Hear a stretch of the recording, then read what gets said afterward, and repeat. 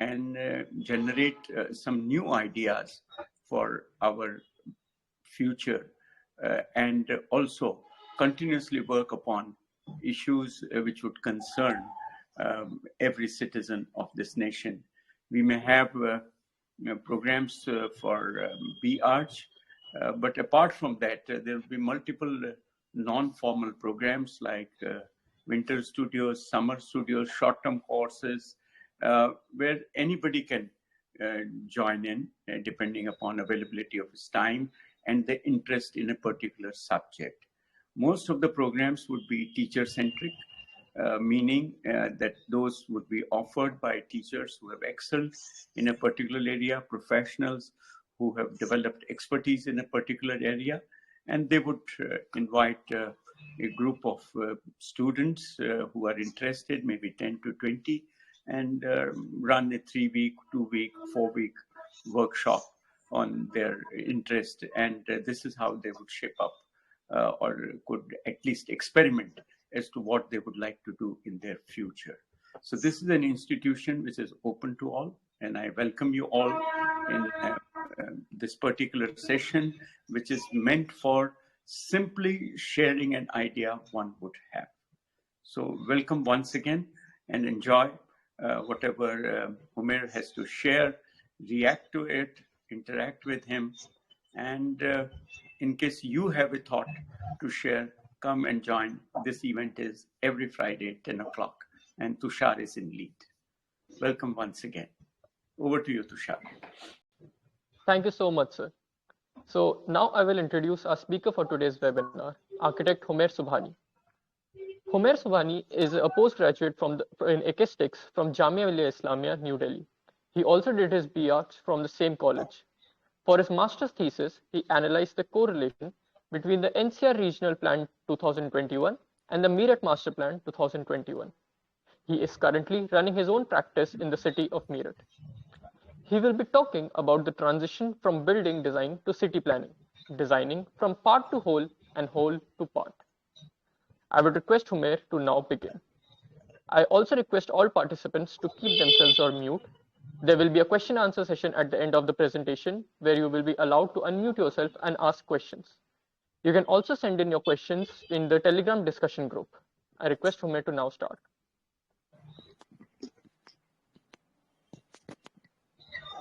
A very warm good morning to everyone, and I'm really thankful to the Periyar School of Architecture, New Delhi, who have given me this chance to share and deliver my ideas on this particular topic. Although the place where I'm sitting, I would not call myself to be an expert on these topics, but since I'm being a fresh graduate and I'm aware of what is happening in the current context of the subject, so I would like to share my ideas on how students and people who have just graduated from college can actually get into the field of city planning or urban planning. And I'll talk about the transition. So I would, before beginning, I would heartfully thank the mentor of this entire program, architect Ramendra Raj Mehta sir. And I'm really thankful to him for actually allowing me and approving me for doing this thing. Thank you so much.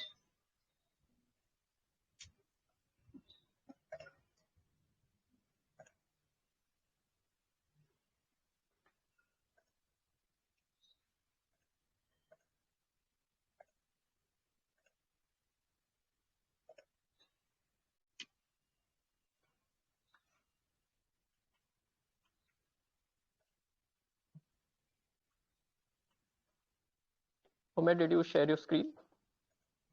Yes, I just started sharing my screen. But it's not visible, I think, if right now. Is it visible now? Yes, it's visible. So at any point of time, if the screen is not visible to the participants, I would request one of you to just point it out so that we can begin from there again and nobody is at a loss. So may I start? Yes, please. Okay. Hello, everyone, all the participants of this particular webinar. And this is the list of the topics that we'll be studying and knowing about today. And it's a very I would like, before beginning my talk, I would like to mention that we cannot go into detail into the topics of city planning, because it's an elaborate course and it has so many layers to it that we cannot cover it in a 30-minute discussion. Although I'll try and categorize each and every element of it, and all the problems and all the question answers can be settled later on.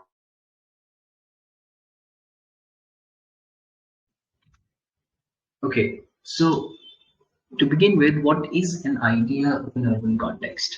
Now, to give a very brief idea of the urban context, we as architects, or as planners, or as fresh graduates, we are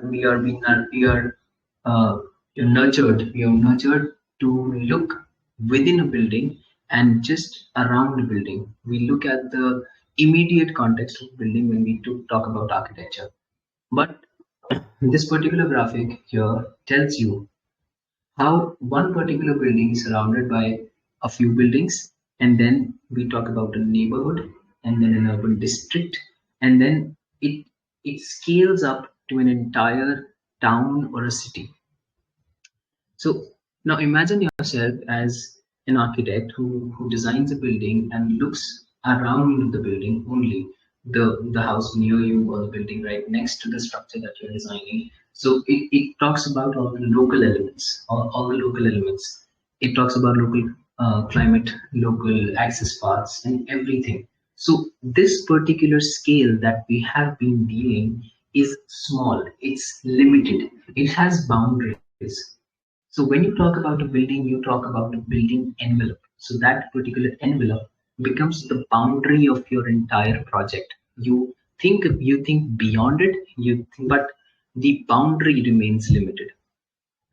And when you move out of your building, you get into a neighborhood, and then the boundary shifts. Now the boundary scales up to the streets surrounding your neighborhood, or the streets adjacent to the building, to the neighborhood that you're talking about. And the process of city planning, or the process right now, what I'm trying to explain is how a person moves out of a building into a neighborhood, then into an urban district, and the change in scale. We're going to talk about how the entire scale of the process changes. So let's we now have an understanding of the scale of the context that we're talking about. But being an architect, or being the students of architecture, we our thinking, our scope of understanding has been limited to one particular building. But when we talk about an urban context, we have certain elements to deal with, and a very broad outline of the elements are listed here, and we're going to talk about it. So let's suppose we get into an analysis of a neighborhood. So what are the different aspects that we study, and what are those aspects that we need to keep in mind while analyzing and while actually realizing the needs of that particular neighborhood. So first and foremost is the built and unbuilt area. So the name clarifies it already, that we'll talk about all the built mass of that particular neighborhood. Now we're not, again, I'm pointing it out again, that we are not dealing with one single building in isolation. Now we're going to look at all the buildings in that particular area, and going to talk about them as a building mass and not just a single unit. We'll talk about their correlations. We'll talk about their heights and texture and their densities. We'll talk in context of the people living there, and the number of people living there, the population of that entire area, and how is each and every single building is related to the building right next to it, to the building 4 blocks away. So that is how we create a relationship between the built mass and the unbuilt mass, and that is one aspect of how a space is designed or planned. This ratio of built mass and unbuilt mass will give an idea of the density of the area, of how people interact in that area, what is the typology of buildings there. This correlation gives an entire analysis of how is the building of that particular space is built. Now, moving on to it, then the next topic that we need to understand is the local ecology. And before I get into local ecology, I would like to point out that this is one of the most important and relevant aspects of an urban scale or a city planning, or any town that you're looking into. Although we as architects, or we as the citizens of the country, we generally ignore this particular topic because of n number of reasons. Because but this particular topic, or the local ecology of that area, is relevant and it is important. And I'm in the following slides of my presentation, I will give an entire idea of how local ecology is important for our analysis. And what are the topics that we're going to cover in local ecology? That what is the vegetation around? Not just the plants around your house, but in an entire area. What is the type of vegetation that we are going to look around? What is the type of birds that we are going to look around? What are the local animals there? What and in fact, the entire list of creatures apart from human beings that are meant to be found in that particular region, and we need to respect that. We need to look into it, and not just the animals, or the or the insects. We also need to look into the water bodies. We also need to look into the land details of the terrain. How is the terrain working? What are the mineral deposits out there? And are there any natural resources that we might need into consideration for planning an entire area out there? So this particular topic of city planning,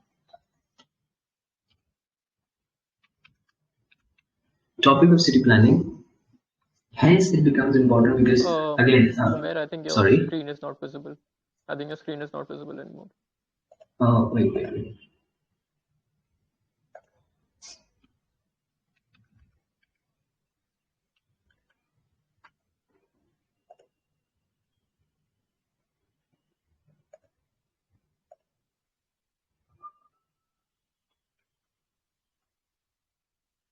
Is it now visible? Yes.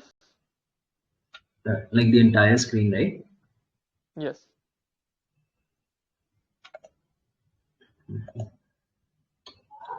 Sorry.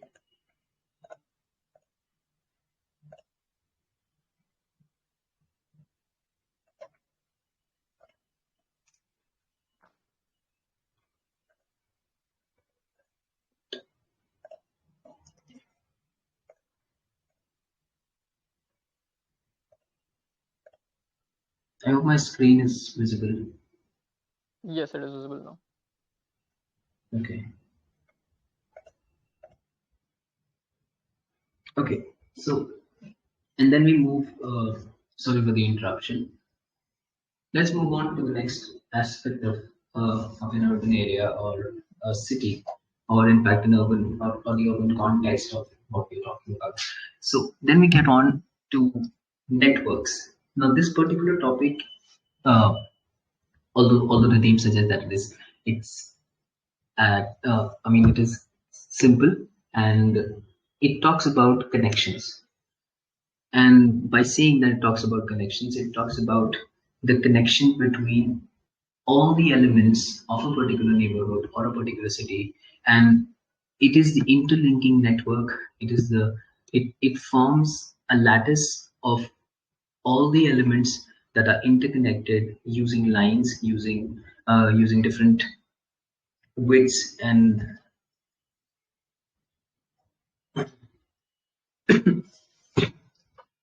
sorry. So when we talk about the network of the city, then we need to look into the navigation aspect. Now, when I talk about navigation, it means streets, roads, railways, waterways, in all the aspects aspects is helping a human being or the end user to move from point A to point B in a particular network. That is all. That is the network that we're talking about. It will cover each and everything, including the footpaths, from the foot to the highways, to the waterways and the airways. So we need to look into that.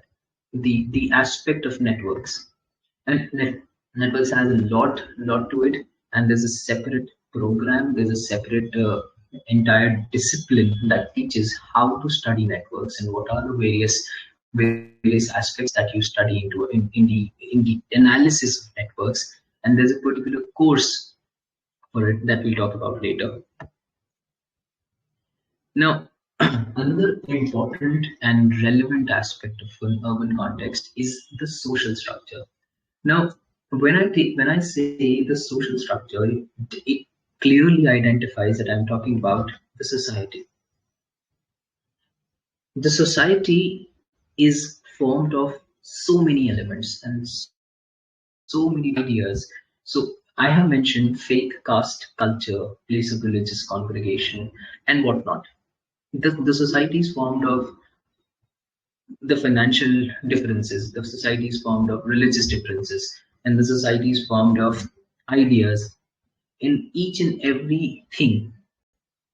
So whenever we plan a neighborhood or a city, we definitely have to look into the social segregation, the social aspects of the city, how the city or how a particular group of people react or actually absorb the idea of their own faith, of their own caste, and how will they react to a change, to what the planner or what the designer is trying to do.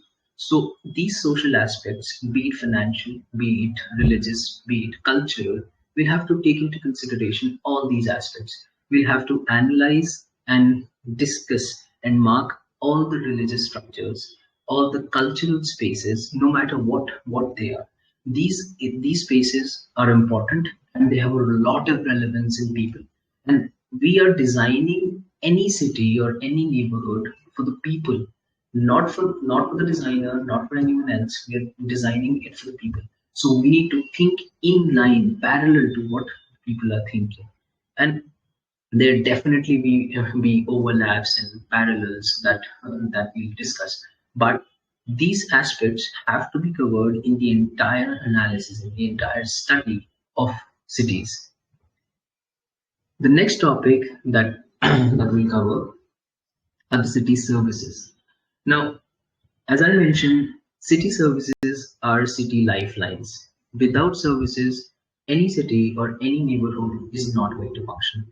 In services, we cover electrical supply, water supply, drainage, sewerage, waste management, and all the services that you can think of that are actually helping you run, actually helping any individual to live in a city.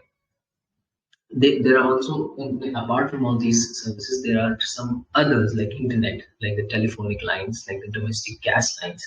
So imagine yourself, like as a common human being, we never pay a lot of attention to what is happening underground.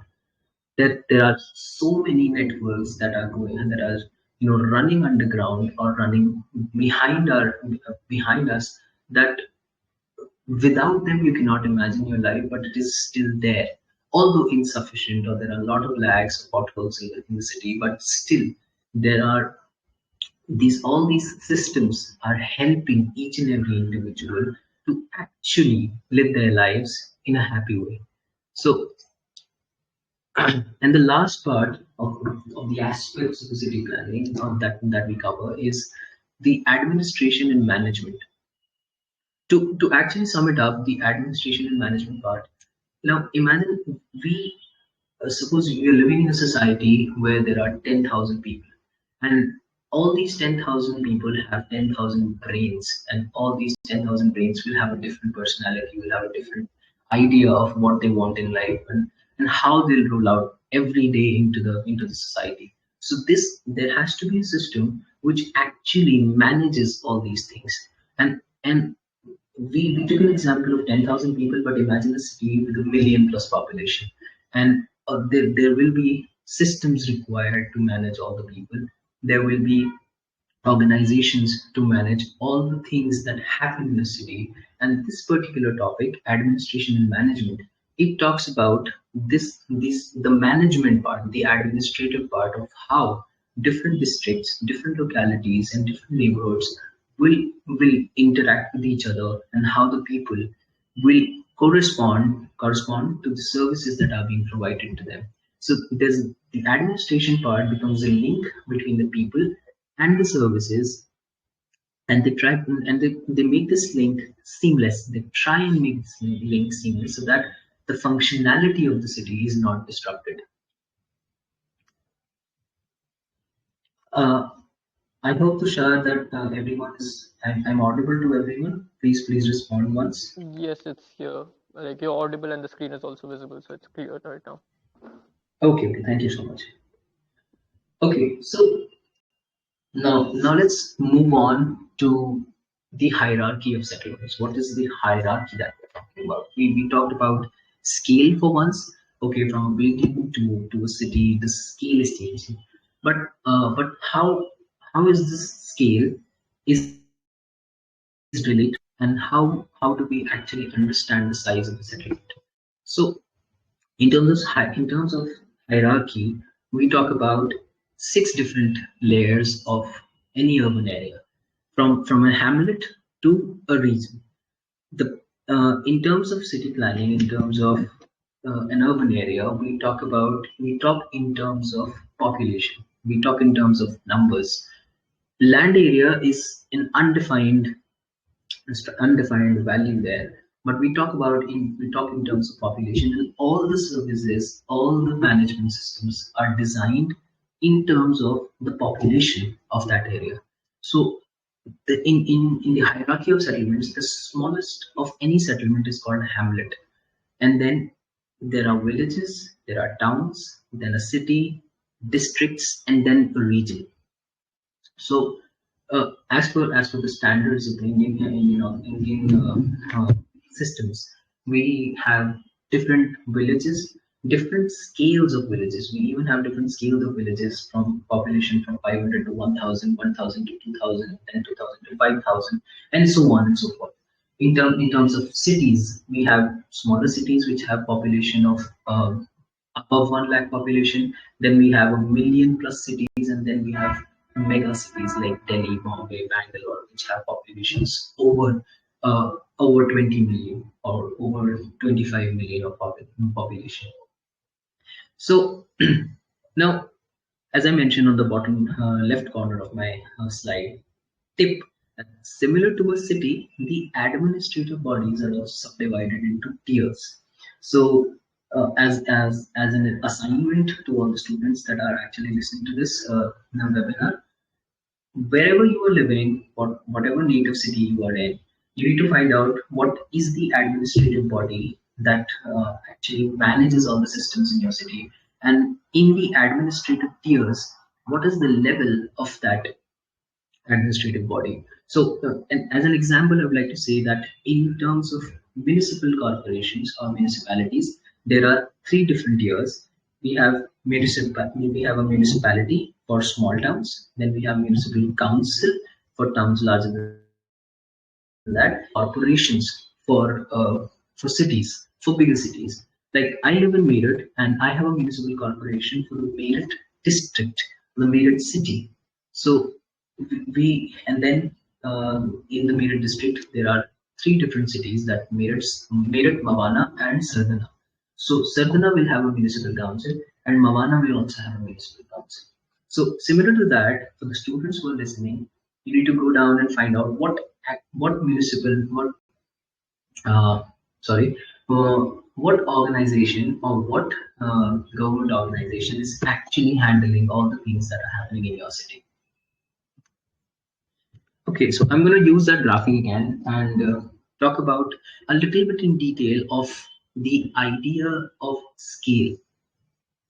So when we as architects, we are designing a building, we are designing an enclosure, we are designing an envelope, and we have limited boundaries. I've already said that. So because we need to talk about a transition. We need to talk about the students who are willing or who are interested to be a part of this particular discipline or get into the discipline.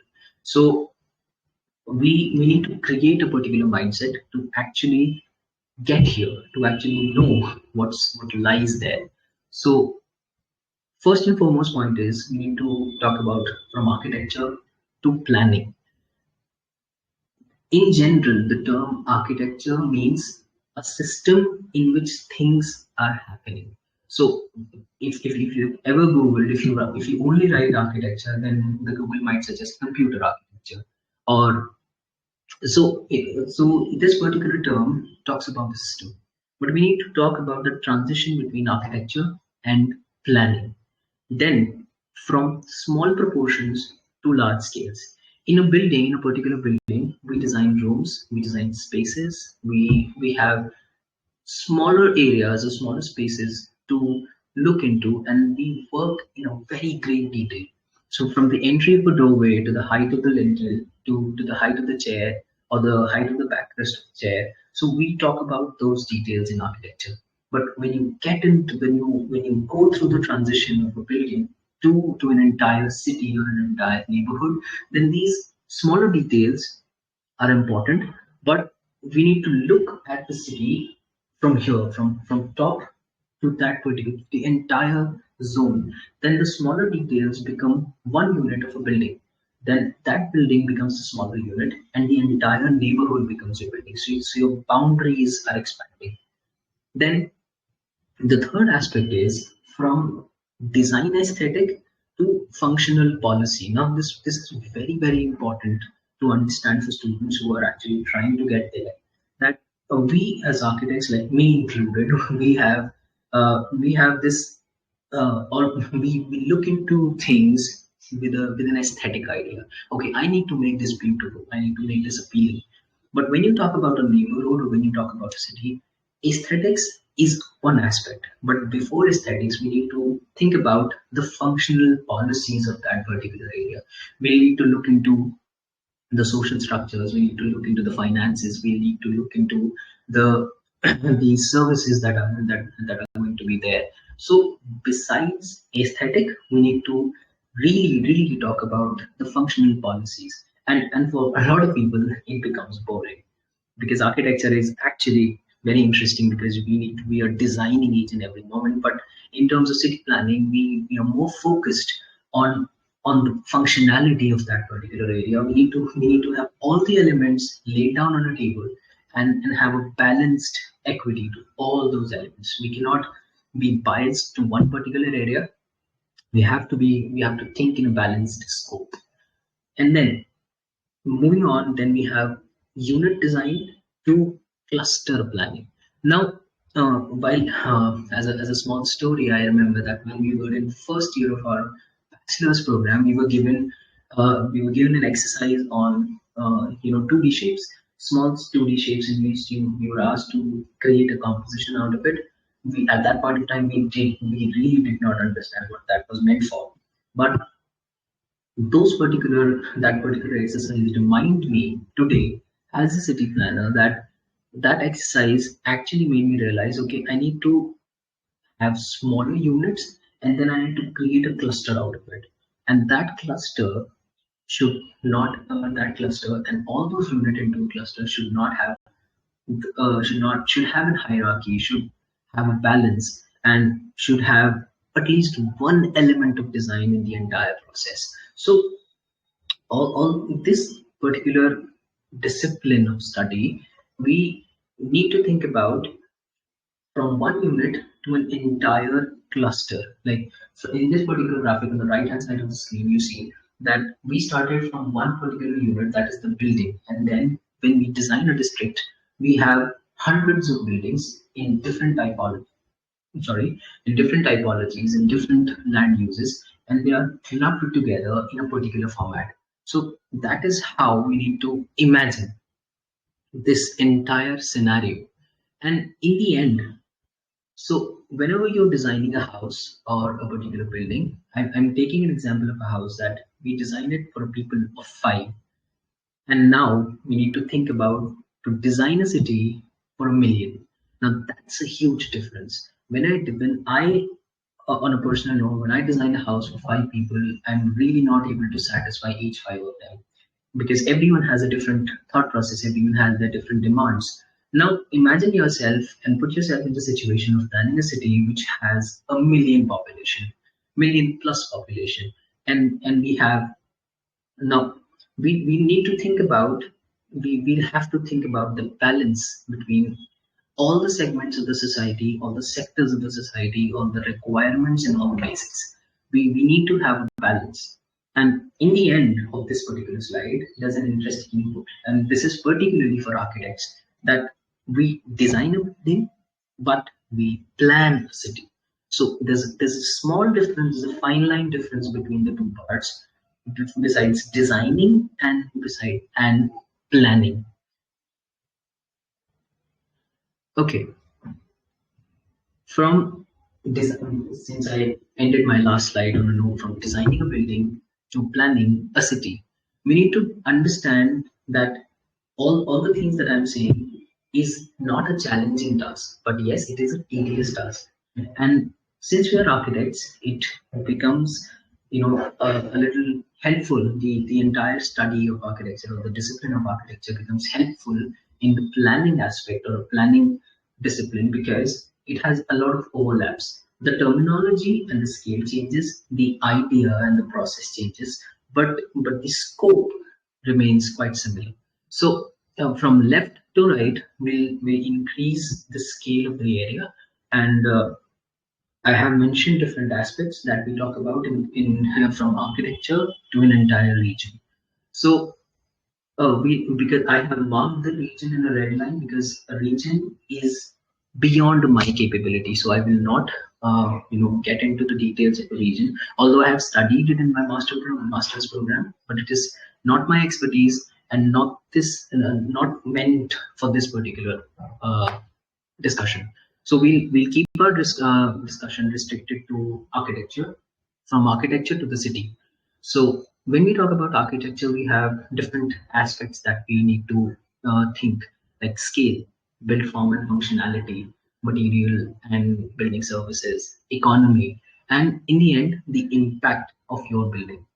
So now these 5 different aspects, when you shift your scale from an architectural point of view to an urban point of view, now the terminology changes. When you talk about scale in architecture, out here you talk about built and unbuilt ratio. In a building, you design the size of the room, the height of the ceiling, and in terms of urban areas, you talk about the expanse of the building and the entire height of the building. Now, the scale has shifted slightly. Now, in architecture, we talk about built form and functionality. In an entire urban area, you talk about density and texture. Now, density means in a particular, like supposedly I talk of an area of 100 by 100 square meters. 100 square meters, considering area of 100 square meters, how many buildings are there? And so that defines the density of that particular area. Texture is related to height of the building. Now, there might be buildings which are G+1, there might be buildings which are G+3. So that is how the texture plays out here. Then we talk about material and building services in architecture. In urban areas, we talk about building typologies. So in an urban area, we'll talk about commercial lands, we'll talk about commercial buildings, we'll talk about residential buildings, we'll talk about hospitality buildings, we'll talk about congregation buildings like a cinema hall or a temple or a mosque, things like that. So the idea remains the same, but the typology changes. How we talk about it changes. Economy, we have to talk about economy in both the aspects. In urban area, there's a particular discipline that talks about economy in great detail because while planning cities, finances and economy is a very important aspect. Now, in terms of urban areas, there's a very important topic called accessibility and safety. And all the people, because we are designing it for the people living in that particular area, we need to, all the spaces that are planned and that are designed and placed on land have to be accessible for each age group, for people with disabilities, for people of different stratas in life. So accessibility becomes important, and safety for each and every astronaut, for each and every user. The place has to be safe, physically and mentally. And in the end, we talk about social structure and the architecture. So now the entire segment of architecture and all those elements are talked about separately in an urban scale by talking about what types of buildings are there. So for an example, if I talk about Old Delhi, or Old Delhi as a district, as an urban district. So I'll talk about the type of architecture that is prevalent there, the type of building structures that I'll find there. That's how the scale is changing. And similar to it, the urban is like a neighborhood scale, and then we move on to a city with an even larger scale. So it will have population, land use, and if land use is similar to the building typologies. What type of buildings will be placed in a particular sector? Like, we'll have residential land use. All the buildings that will be built here will have a residential purpose, or there will be an industrial zone. Like, all the industries of the entire city, bigger industries, will be placed out here and not within the city. So an industrial area is generally placed beyond the limits of the city. Then when we talk about economy in urban scale, we talk about economy on a very large scale in cities, and economy is directly related to the industrial segment. And why is it relevant? Because whenever we talk about industries, we talk about industries that are famous in a particular city. Like, for an example, Muradabad. Muradabad has brass industry. So it's one of the largest industries, and it is the mobilizing factor of the economy of that particular city. Then we talk about networks. In architecture, we talk about navigation through the house. In cities, we talk about navigation through the entire city. All the streets, all the roads, all the state highways and the national highways, and now even the expressways. So we'll talk about all the different hierarchies of roads and streets in networks. And then comes infrastructure. It will include built forms, it will include streets, it will include dams if there is a river in the city, or if there's a dam in the city. So infrastructure talks about those details which are helpful in the development aspect of the entire city and not just the people. And in the end, administration and polity. I think I've talked quite in detail about the administration part, and going beyond that will be time consuming and not relevant for the topic. Okay. So in terms of a neighborhood or a city, what is a good plan? And we talk about the impact of a good plan. Now, before I say that what is a good plan, I would like to point out that this particular slide is subjective, and different people, different viewers will have a different point of view of what I'm saying here. And it is not important that what I say is right. Someone else might say that this is also an alternate possibility for this particular situation. So whenever we design a city, it's not that there's one person involved, there's a team of hundreds of people who are clubbed together in planning an entire city.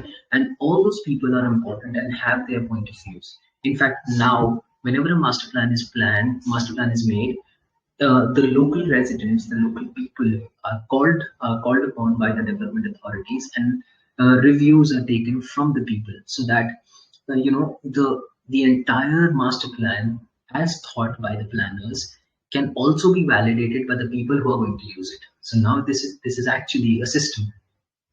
So according to me, now again I'm saying that this is my personal opinion, despite all the other factors that are important for the city. I think these three factors are very important whenever we plan a city, or we will plan a city, are equity, health and safety, and sustainability. So when I say at equity, I'm talking about each and every element that you can think of in terms of a city. The humans, the infrastructure, the animals, the land resources, the stakeholders, and everything else, everything, each and every single aspect that comes under a planning aspect, that comes under the planning process, has to get a fair share. And by fair share, I mean, if there is now, for an example, if there's a park in the city, if I plan a park in the city, and that park is equally that park uh, is equally accessible to each and every resident or each and every individual of the entire city. That park becomes is a public property, and it should be accessible by the entire public spectrum. So that's how the equity moves in equity between humans and natural elements. Now, let's say there's a water body. So I cannot design a city or plan a city which is focused on the human element and not on the water body, not on the water body. So we need to create a balance between the two. Maybe there are situations when I need to shrink the just size of the water body, or I need to shrink the size of the human settlement to actually accommodate balance between the two elements. But that's how it goes. We'll have to sacrifice something to actually achieve something. But the balance should not be disturbed. And then comes another aspect of health and safety. Now we have been continuously talking about how, like in the recent past, near the festival of Diwali, how the air becomes unbreathable in the northern region of the country. So all the cities that are there, the health and safety aspect becomes important. And how what measures can be taken to improve the health systems, not in just infrastructure, but also in the spatial planning of the entire city. So we need to think about in terms of uh, health and safety. Now, safety. Now, for example, road safety. Now, and people who would like to walk to their work, and people who like to ride a bicycle to their work. How is that idea safe for the people? And the last part is sustainability. So I think sustainability is a hot topic in the last 2 years and last 4 years, since climate change is on the rise. And of course, it is important. I'm not saying that I'll boil down the relevance or the importance of this, but sustainability is important. But how we look into the aspect of sustainability is again a subjective matter. Some might say that we need to have more green areas, and uh, we need to have lesser industries within the city, or we need to have everything like a city should be planned with non-toxic elements. But again, the first part, the equity part, a city will run through the economic sections of the society because everyone needs learning. And so I cannot remove all the industries from the city, and I cannot include all the green area within the city because that disrupts the balance of other functions. So sustainability is important, and the idea of sustainability should have a clear or more clear directive of how we are getting into the aspect of sustainable development. And in the end, I pointed out something in a red box, and there's a concept of old and new disruption. So uh, we are planning we are the new cities planning a new city is challenging, and it's less. We don't have a lot of new cities coming up in the country. So we have urban regenerations, we have urban developments, an existing portion of the city, and we design it entirely, plan it differently. So there's a debate, and there's a debate of organic growth. There's a debate between organic growth and planned growth. So, like again, I like to point out the concept of old Delhi. So, if as a student, when I was a student and I was asked upon, okay, what would you do if you were to replan the entire Delhi chain? So, I could only imagine that the entire area is unmanaged. It has a lot of problems. It is clustered, and it looks like a clutter to me. So I was imagining a city which is well planned and everything in in harmony with the next aspect. But another friend of mine said, okay, but you cannot change the grain of that portion. You cannot change the culture of that area. There's a particular heritage linked to that city. So there's a debate between these two aspects of organic growth and planned growth. So again, it's a good question to all the students. What shall be the priority of a planner? Organic growth to sustain organic growth, or to actually move on to planned growth, which is better? Okay, it's a switch. It's a rough switch, but for people, for the students who are thinking about getting into this discipline, I think I have tried and explained some of the aspects of planning a city, and it's still not enough. There's a lot to it. I think I spent 2 years, 2.5 years studying all these things. So 2.5 years compared to a 30-minute talk is a stark difference, and everything cannot be covered.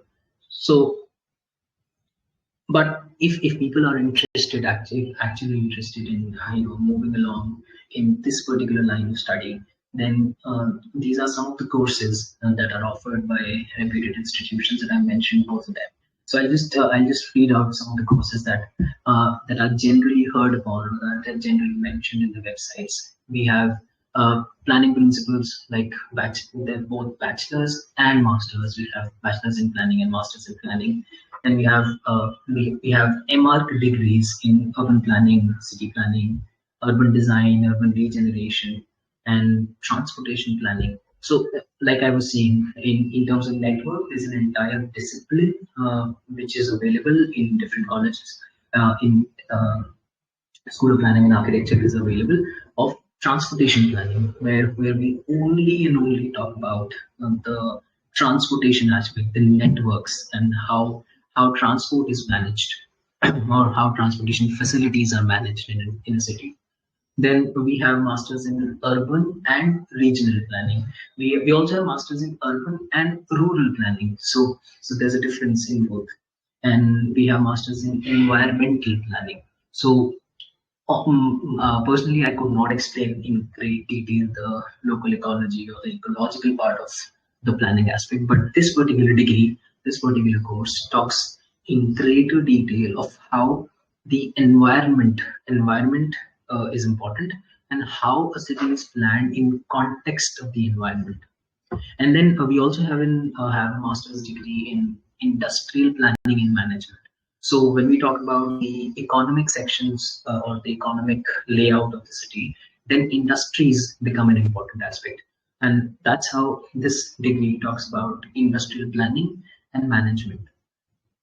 We have like we, the degree that I did was Master MArch in Acoustics, and this talks about human settlements. It's very much related to planning a city. Almost, it has a similar curriculum. It has a similar background.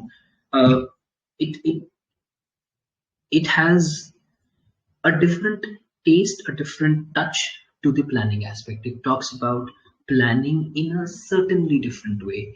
It talks less of the economic aspect, and it talks more of the social aspect and the natural aspect of the city planning. So MRK Keysticks is available in Jamia Millia Islamia, New Delhi, Faculty of Architecture and Keysticks. So and then on the right side of the slide, I have mentioned some of the reputed institutes and schools of architecture and planning who are who have these listed degrees, and students who are interested in it can go to their websites and look into it, all the curriculum and the course and the chapters that are included into it. So,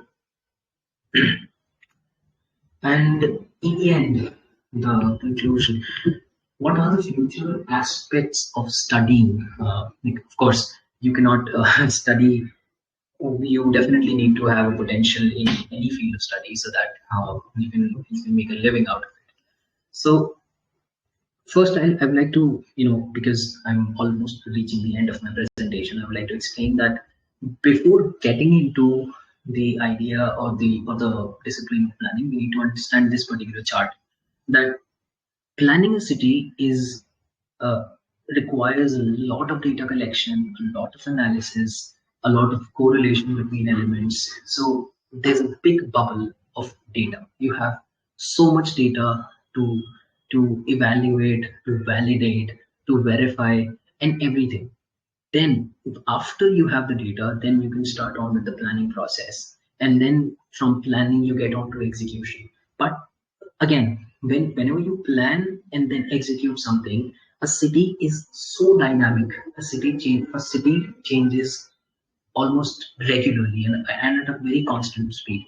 So on at the time of execution, we'll definitely have to make some contextual revisions.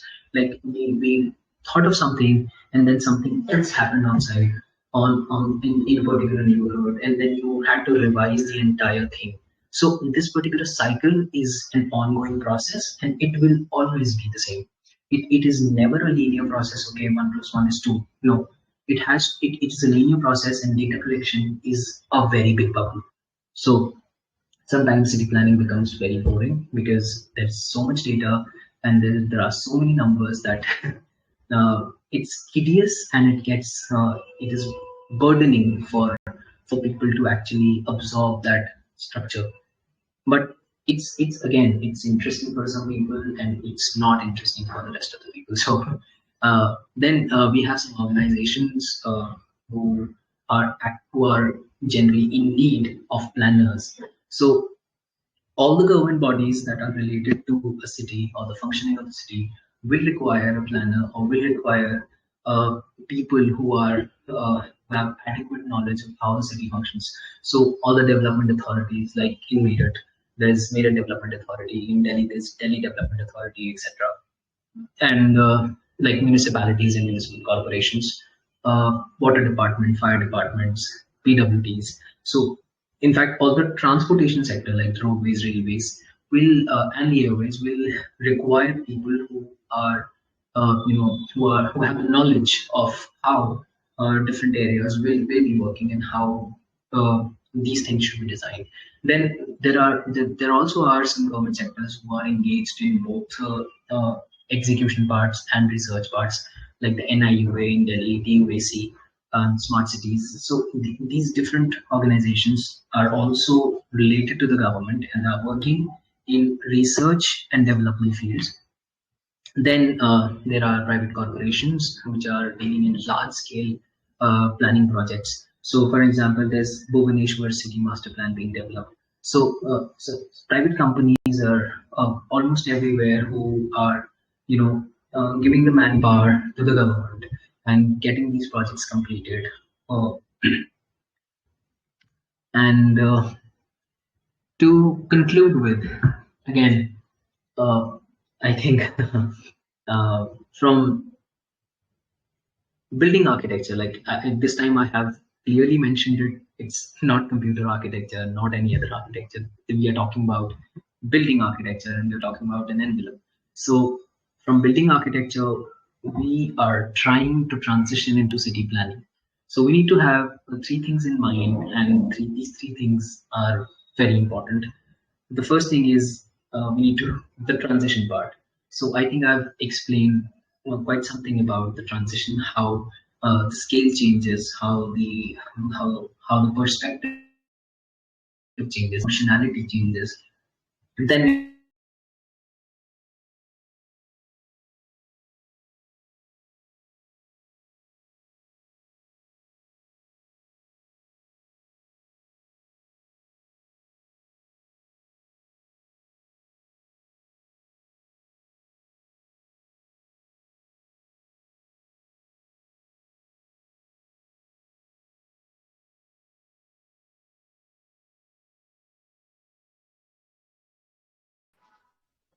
I'm again and again putting more and more pressure on the term balance, because whenever you sit down with 100 different aspects that are functioning in a city, and we need to design or plan a neighborhood or a town with all those elements, then balance is the key.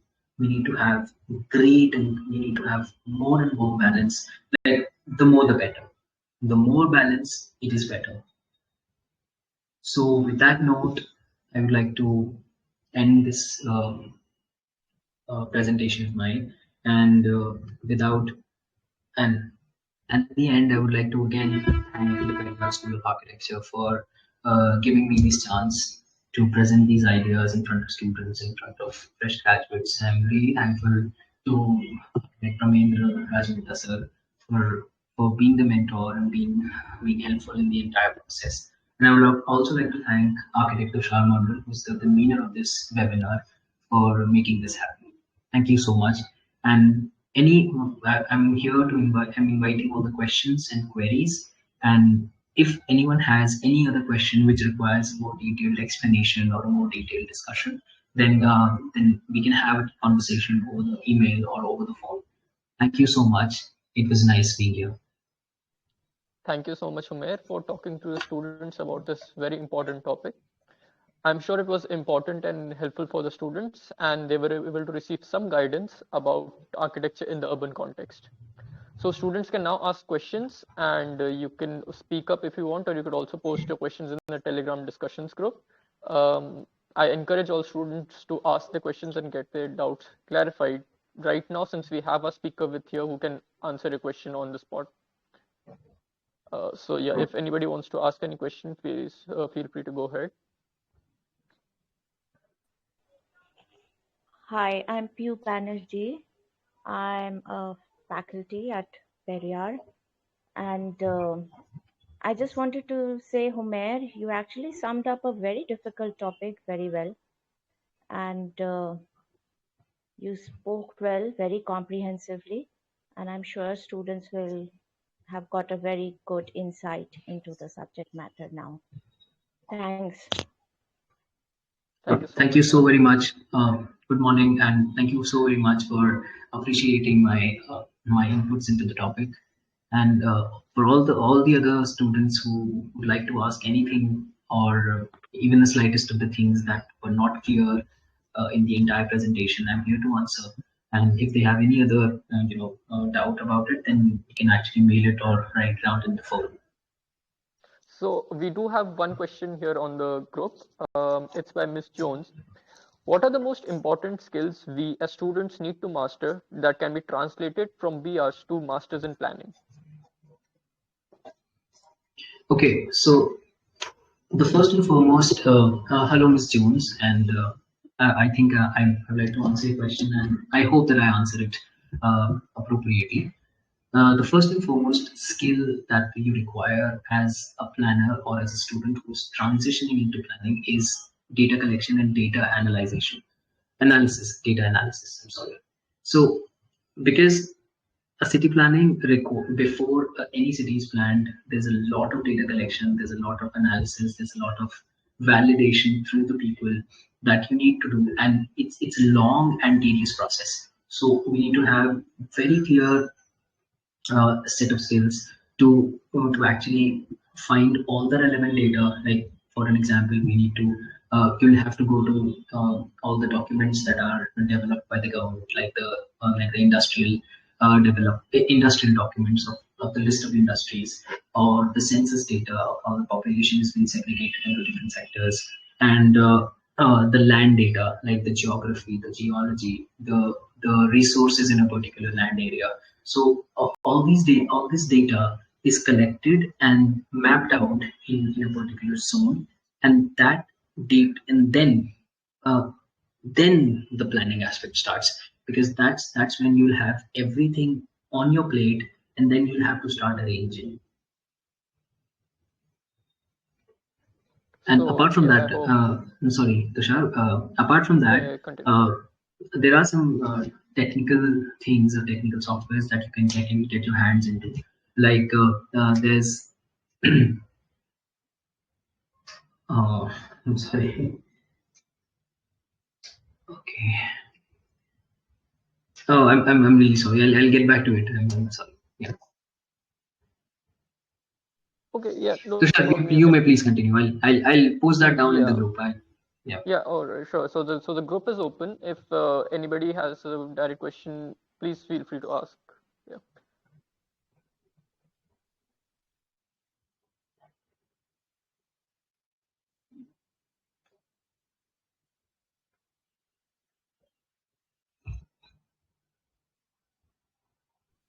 Okay, so it seems like Humair's presentation was pretty clear from looking at how nobody has seems to have a doubt.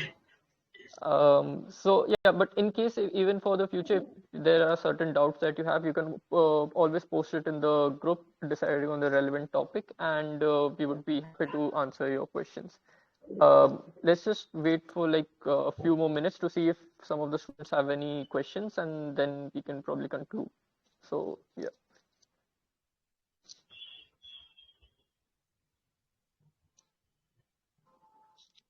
I actually see a few students, I think probably writing their questions in the group. So yeah, let's wait for a few minutes.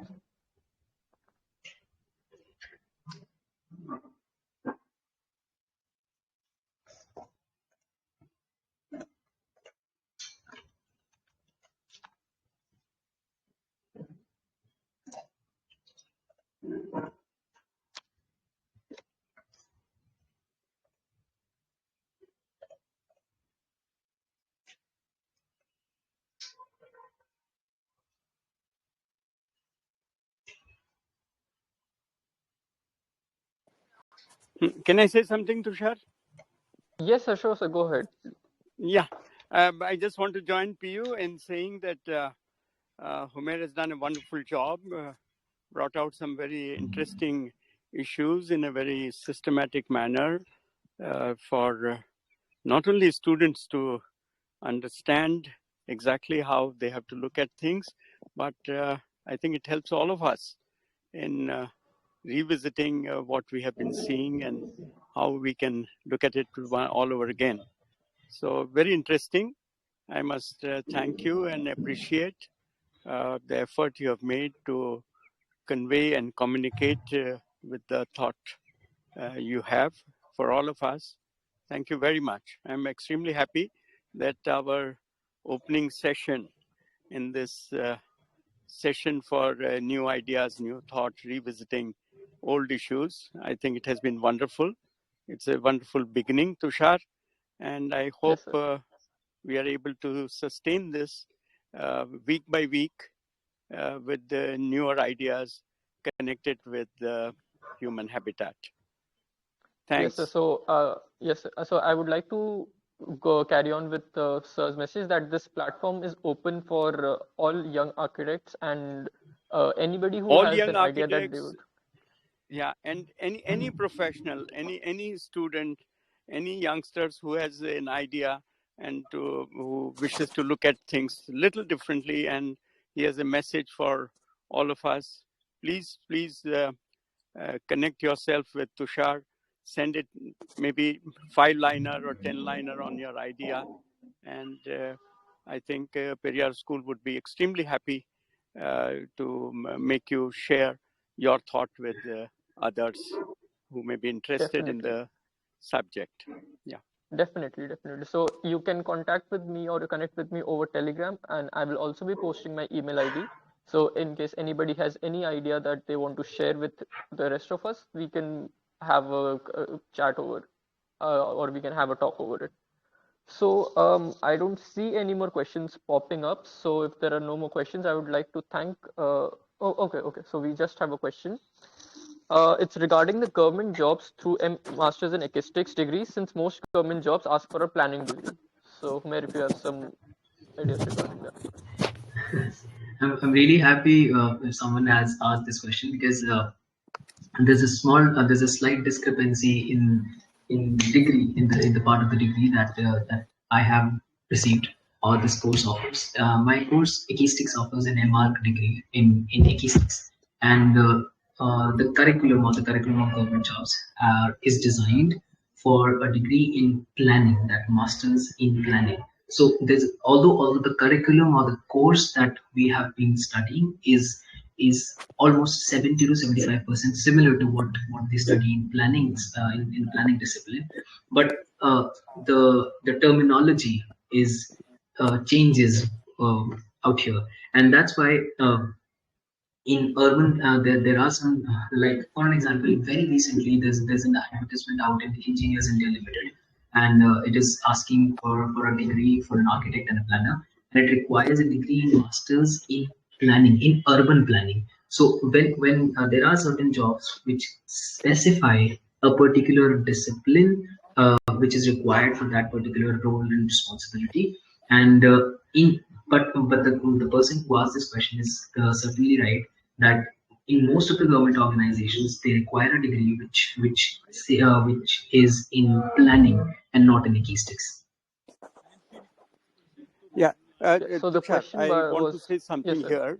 You see, the nomenclature of degree is specified by UGC, Hmm. and you see whether it is MArch, MPlan, MSc, MBA, MA.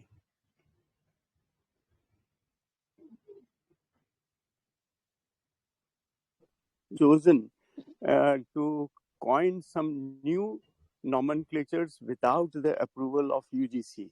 So the onus lies on institutions actually, that when they have a similar program, 70%, 80% similar, if they are looking at another nomenclature, they ought to be taking UGC in confidence, must take their approval. And this is a problem which has arisen in our country because universities think that they can coin a nomenclature, which is not correct. So my suggestion to universities would be that they must discipline themselves, fall in line with the approved nomenclatures, because UPSC and other state recruiting agencies, they only recognize what is approved by UGC and not coined by universities. So there is a discrepancy which needs to be resolved. And I think this is one responsibility we at Periyar have taken on ourselves, that we would get some of these policy level issues corrected. So this is one point, Tushar, which has come out of this discussion. Yes, I think yes, sir. we should take it up with the UGC and all the universities, that these be streamlined so that no graduate has any difficulty in seeking employment, uh, Hmm. even if he has, as Humair has rightly said, that the subject, course, curriculum, everything, duration of the course is maybe 80%, 90% same. And the variations are which are expected variations. You see that when you have educational programs, every teacher, every university tries it differently, but the end objective is same. So however they may be different by 20%, 30%, that need not change the nomenclature of the degree, so that movement of student from one little expertise out of a total overall general course does not separates him from the mainstream. So each one has the ability to contribute uh, by way of the specialization or interest he has generated because of the curriculum or the process of education or the pedagogy of a particular institution, uh, that should still keep him in the mainstream. So I think we Yes, will take this up. Yeah. yes, sir, definitely. Okay. So I Thank you thank so Mr. much, sir. Talveri Thank you. who asked this very important question that highlighted one of the most important aspects that we at the institute are also trying to tackle. So, if there are no, because we are also, I think, pressed for time for a bit. So, if there are no more questions, then let's, yeah, I would like to conclude the session. So, I would like to thank Architect Humair for sharing his knowledge with us, and I would also like to thank our senior academicians, our mentor, Professor Mehta, mentor Architect Mehta, for their support and guidance. I would also like to inform the students that they can put in their questions related to this webinar at any time in the Telegram discussion group, and we would be happy to answer them. We at Periyar School of Architecture have planned a series of webinars aimed at students and young architects, and we will also be running short-term courses and summer schools. So all the information for the future webinars in schools will be posted in our Telegram group, in our Telegram channel, and I ask the students to keep themselves updated, because a lot of opportunities to not just gain knowledge but also to share knowledge will come up there. So yeah, with this, I would like to end today's webinar. I thank everyone present here, and please have a good day. Thank you so much. Thank you so much, Tushar. Thank you so much, sir.